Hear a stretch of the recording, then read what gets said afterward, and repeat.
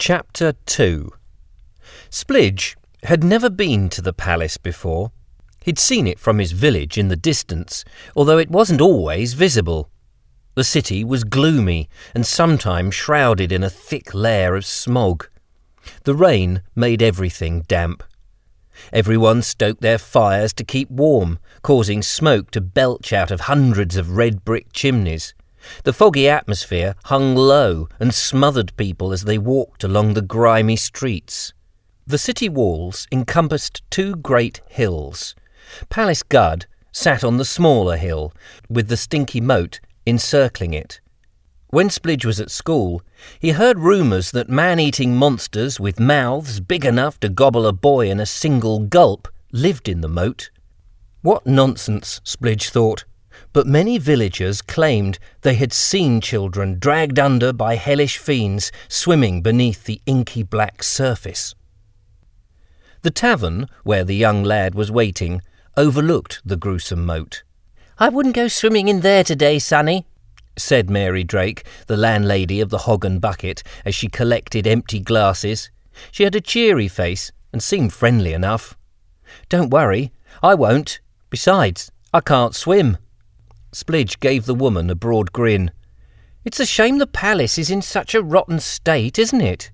"Well, it is very old," Mary Drake replied, peering through the window at the building. "They say that a long time ago the walls were covered in gold." "Really?" "Yes, and when the sun shone it was so dazzling that some folk went blind." "Golly, it must have been very grand. What happened to all the gold?" Mary shook her head and wiped the table with a rag. "I don't know.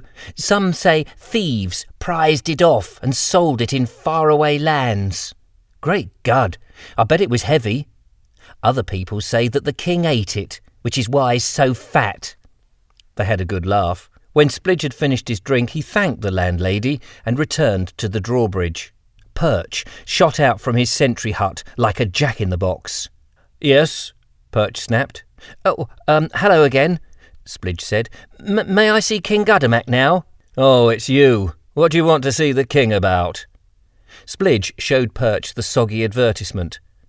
The dishevelled gatekeeper widened his eyes and smiled. "Oh, I see. Right. How splendid." Perch suddenly perked up, and then, barely containing his excitement, he pointed to the side entrance of the palace. "Go in there and ask Groggins to take you up. I think the king will be very thrilled to see you." The sign above the side door read, "Staff, Deliveries and Tradesmen Only." Splidge wondered which one of those was he. He pulled the bell rope a couple of times and heard a faint clanging from within, and although he waited a full 2 minutes, no one came. The door wasn't fully closed, so Splidge gingerly pushed it open a tad more. In the lobby he could see raincoats hanging on pegs, umbrellas resting in a corner, and muddy boots sitting on the shelf to dry. Beyond the lobby was an archway, which led to the kitchen.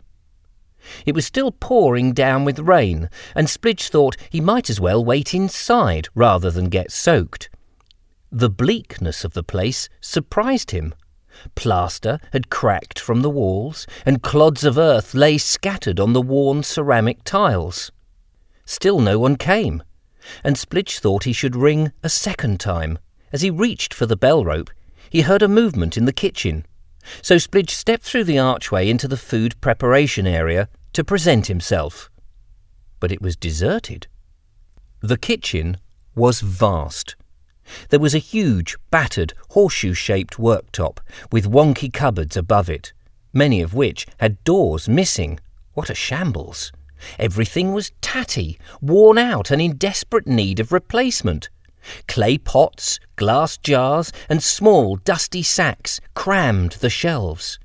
Bags, boxes and tins containing dried fruit, pickled onions and salted nuts were stacked in a corner. A range of copper saucepans hung from a wooden rack suspended from the ceiling. The cooking vessels ranged in size, from enormous ones to tiny midget ones. The cook could feed 5,000 hungry mouths, or just as easily boil an egg for one. A pungent, musty smell filled his nostrils, and it reminded him of old socks. Just then, an orange blur leapt out of the cracked sink and raced onto the windowsill. The speeding creature jumped up, wriggled through the half-open window, and dropped out of sight. Was it a giant rat? It certainly hadn't been a cat. Splidge remained stock-still for a moment.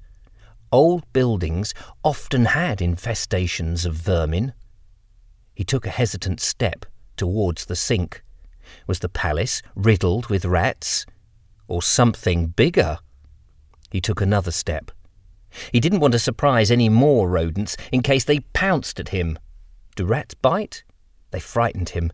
He didn't like their long, grubby tails, although he hadn't seen a tail on the marmalade-coloured creature that had just shot out of the window. So what was it? Splidge peered into the sink to check if anything else lurked there, when a voice behind him almost made him jump out of his skin. Can I help you?" Splidge spun round to find the oldest man he'd ever clapped eyes on. The stranger looked like a corpse, dressed in a butler's costume, who'd been brought back to life in order to scare people. And most peculiar of all, the spectre carried a miniature umbrella. "Hello," the boy stammered, his heart pounding. My name's Splidge. I've come about the job you've advertised." A timid knock on the throne room door woke the royal Gud from a delightful snooze. "Enter!" The rusty hinges groaned as the door opened, just wide enough for the frail manservant Groggins to shuffle through. He wheezed and struggled to draw breath. It had taken him a full 10 minutes to climb the 3 flights of stairs, and a further 2 minutes to compose himself. "Begging your royal Gudderness's forgiveness," the elderly man rasped. "There's a boy downstairs wishing to speak with you." The messenger slumped against the back of a nearby chair, grabbing it in order to steady himself. The king turned to the poor fellow and told him to sit down. Regardless of his advanced age, Groggins was not only the king's personal assistant, but also the palace butler, footman, cook, cleaner, cellarman, treasury, and secretary. He wore faded pinstripe flannel trousers and a moth-eaten tailcoat. Round his neck was a white polka-dot bow tie, and he never went anywhere without his small, bespoke Hanway umbrella, which hovered constantly above his head. It was the only sensible thing to do in a palace where the roof leaked. The king frowned. "A boy? What does he want? I have no work for boys." The king recalled a time when he had employed chimney sweeps. The climbing boys used no equipment other than their own bodies to clean chimneys, and in effect they became human brushes.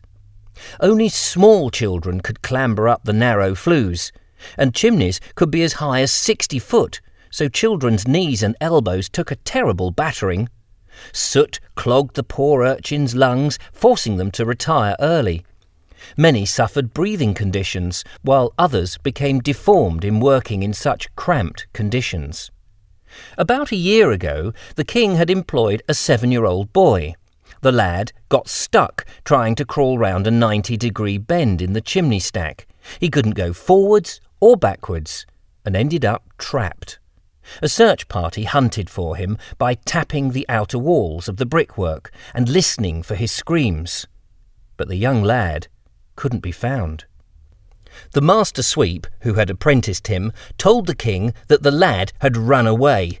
Many children did, because their masters beat them regularly. And if the children refused to climb the narrow, smoke-filled, sooty brick shafts, their guardians jabbed pins into their bare soles or lit candles under their feet to force them up.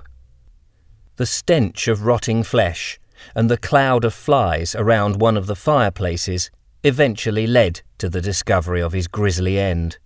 Devastated by the terrible suffering the lad must have endured, the king refused to employ young people again and became extremely anxious when children came knocking. Groggins cleared his throat. The boy is asking about the job you have advertised, your royal guddiness." "Do you mean the job?" The king stared with disbelief. "Are you certain, Groggins?"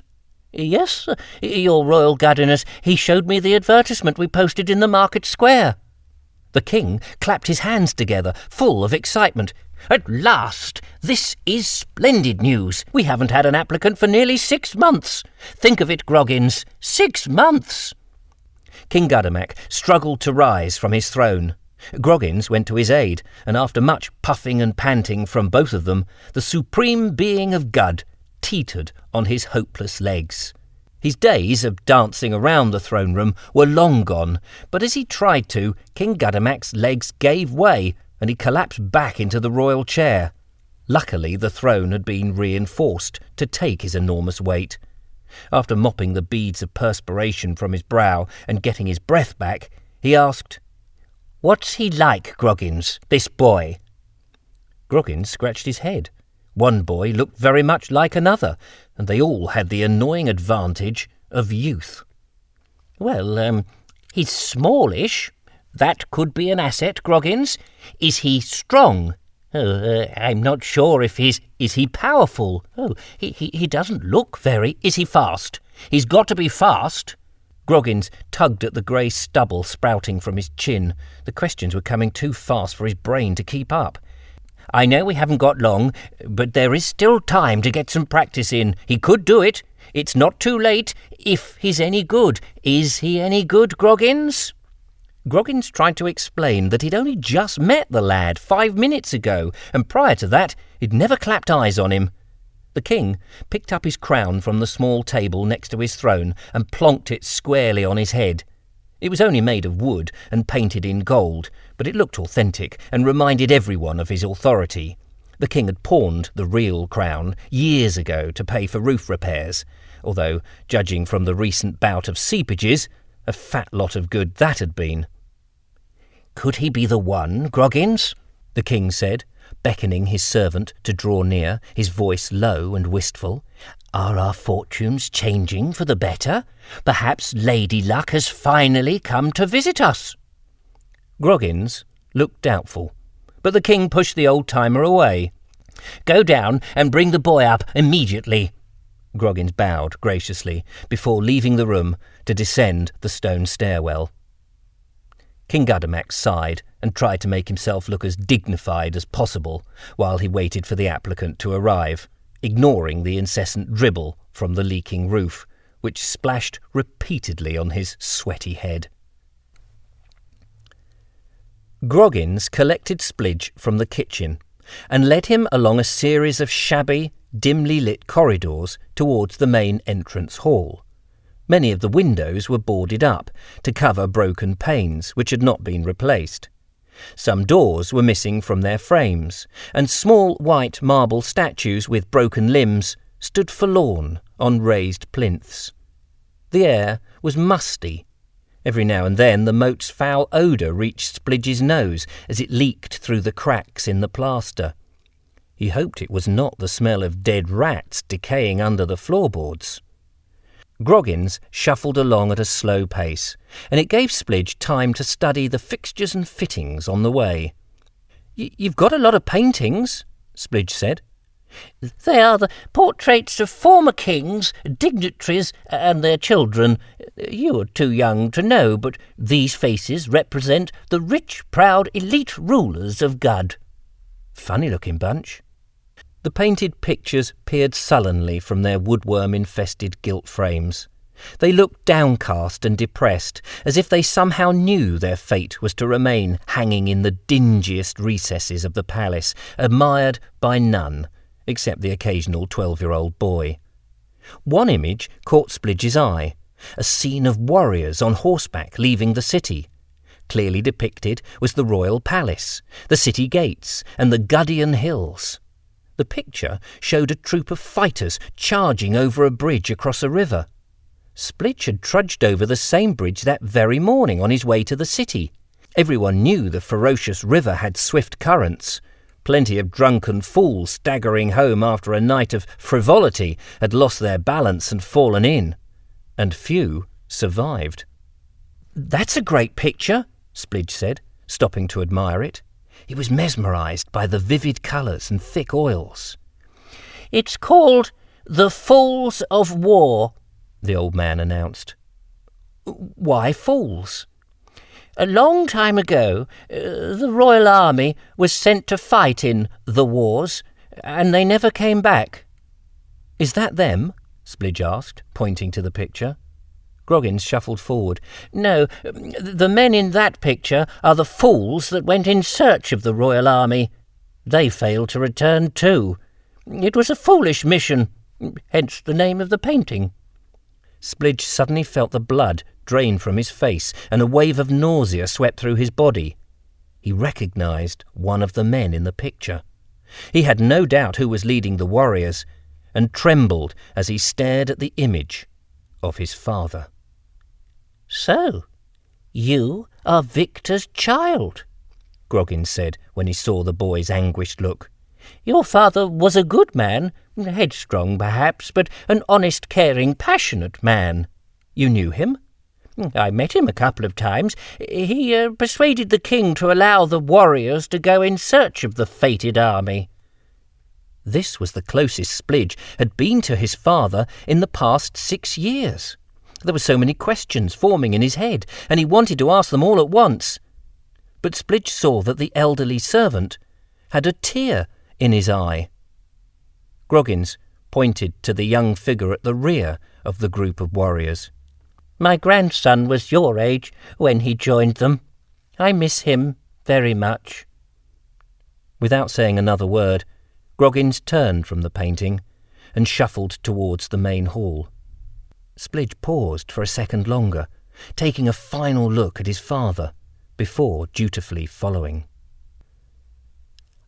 "Up there," said Splidge, peering up at the once grand central staircase.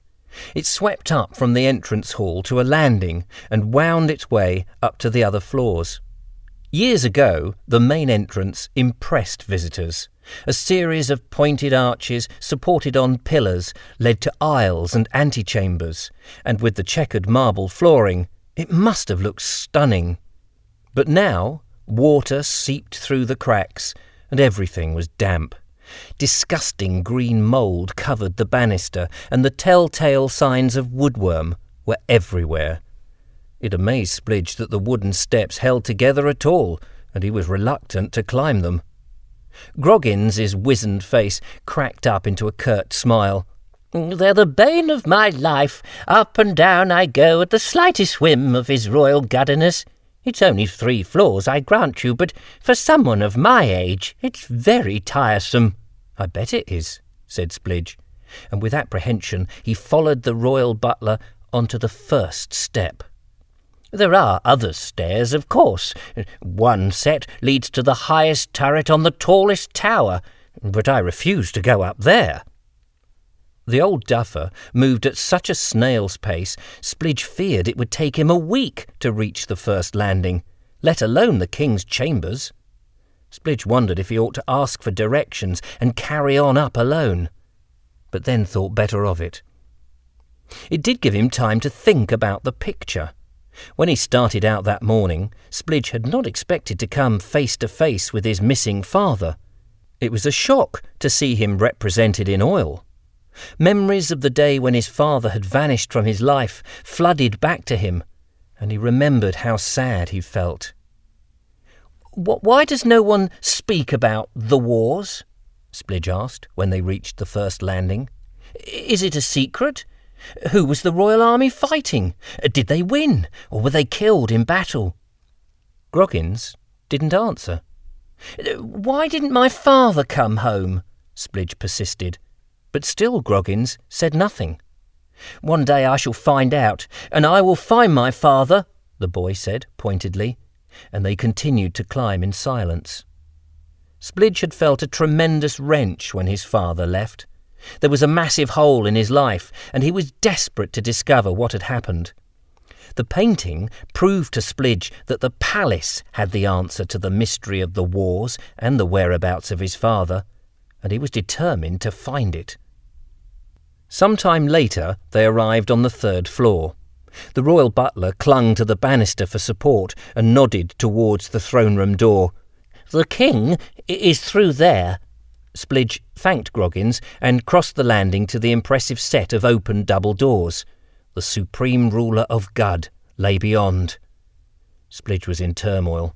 His legs trembled, and when he lifted his hand to knock, it shook nervously. A gnawing in the pit of his stomach almost caused him to vomit, and for a short while he felt powerless to move. However, he had to get the job he'd come for. His mother was depending on him. Splidge took a deep breath and pulled himself together. He made a fist and knocked loudly on the tall, imposing door. A faded and threadbare carpet, once red but now a muddy brown, led from the throne room door to the gleaming seat of power at the far end. There was an avenue of evenly spaced tall white columns reaching up to the wooden rafters that were criss-crossing the roof.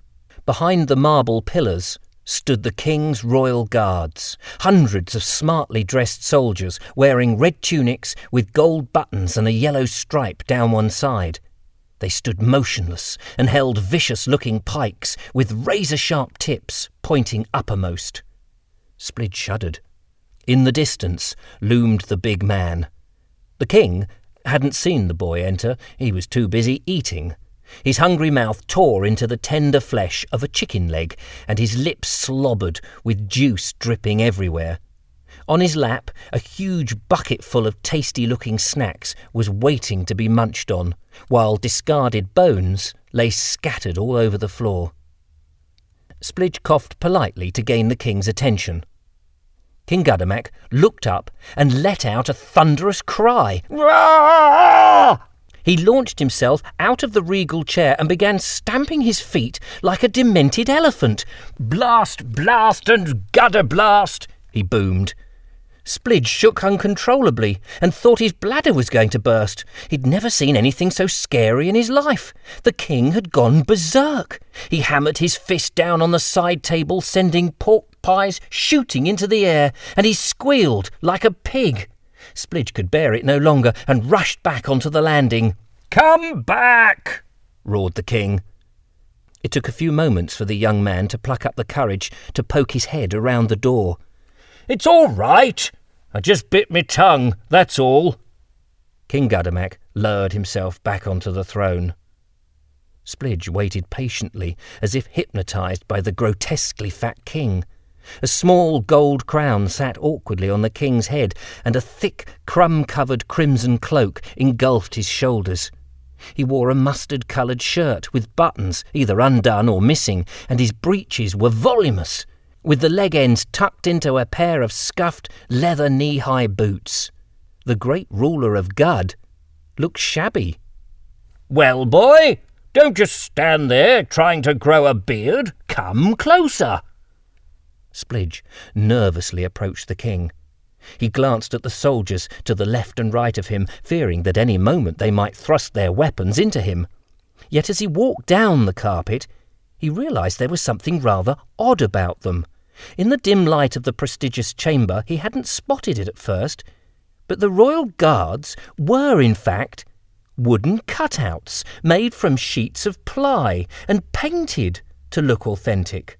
Propped up with struts, the wafer-thin army had a surreal yet disturbing presence. Splidge thought that if he sneezed, they might all tumble down like domino bricks. Suddenly the throne room didn't seem quite so imposing. The boy stopped about 6 feet from the royal Gud and bowed respectfully.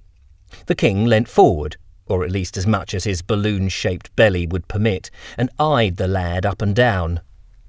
"What is your name?" he said after a moment. Splidge straightened himself up and faced the king, and a curious thought struck him. The crown appeared to be made of wood. "I'm Splidge," he answered, with growing confidence. "That's a very silly name," the king said. "What kind of parent calls their child Splidge?" I think my mother did."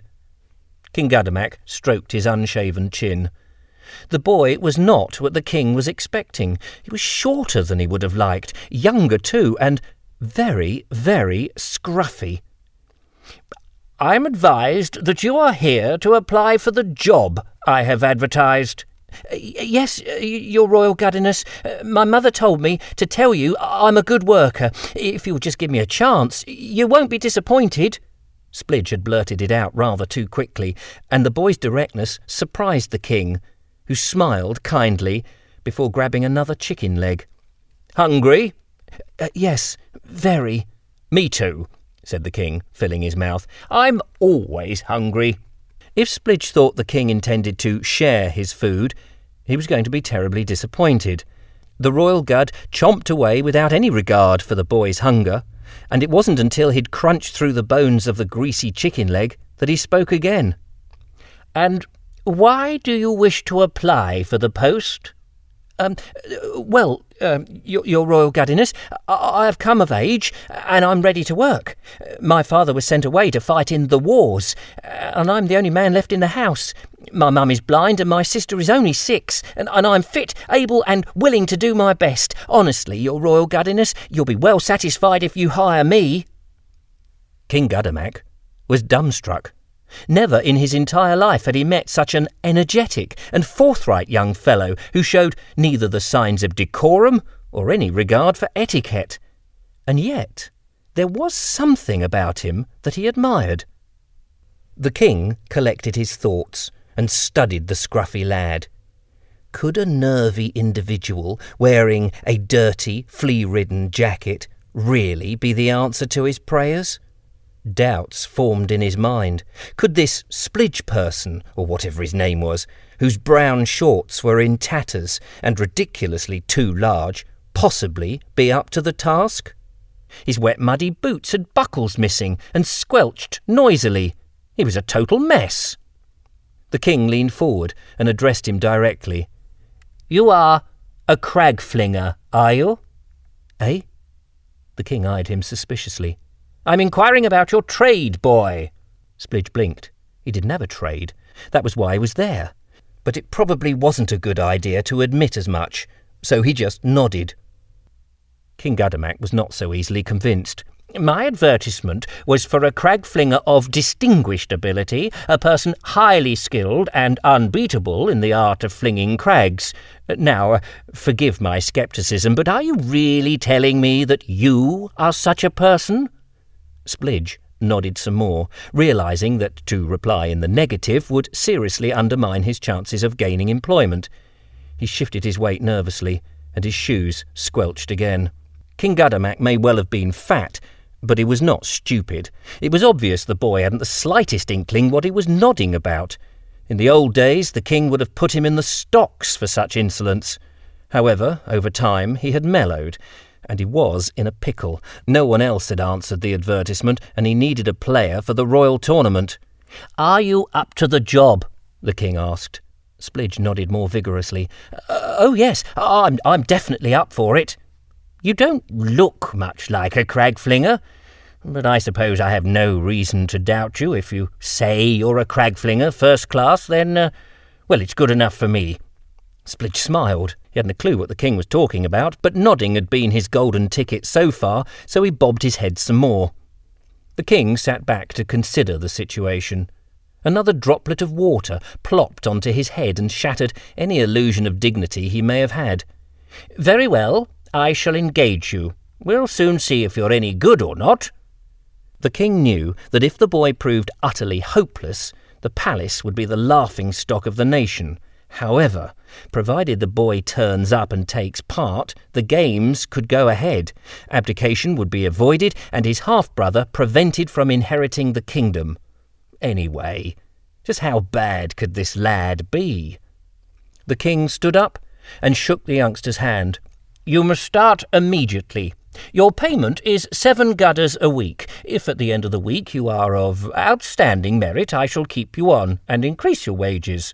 You will work every day. I must have you in tip-top condition as soon as possible. Do I make myself clear? Overjoyed, Splidge's face lit up. Have I got time to go back and tell my family? Good God, yes. Go home and pack. From this day forward, you will live at the palace. When you return, Groggins will show you to your quarters. You are part of the royal family now, Splidge." King Guddamac beamed at the boy. Neither of them was quite sure who was happiest, the king for finding his special player at last, or Splidge for gaining employment so easily. "Any questions?" the king asked. Splidge scratched his head. He ought to ask something. It was what intelligent people did at interviews. But nothing came to mind. The king watched him scratching and concluded that the poor lad obviously had nits. "No questions, your royal guddiness. You can depend on me to do an excellent job." "Splendid. Now go home and tell your folks the good news."